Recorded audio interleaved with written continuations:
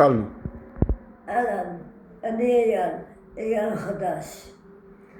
היום אני בן 40 וקצת, אבל כשהייתי בן 15 אובחנתי עם סרטן בלוע האף, סרטן במערכת האף האוטואימוני.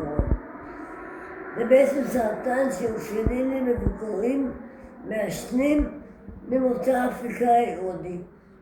בול אני שאני הייתי בן 15. במשך שנה עברתי הרפתקה של טיפולים אונקולוגיים. פתאום ניצחתי, החלמתי מהסרטן. אני חי והוא מת. אבל זה לא בדיוק נכון. מאז אני והסרטן שלי מתגלגלים.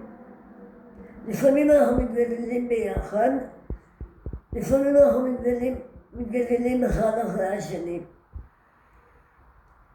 מתוך זה יצרתי מופע חי.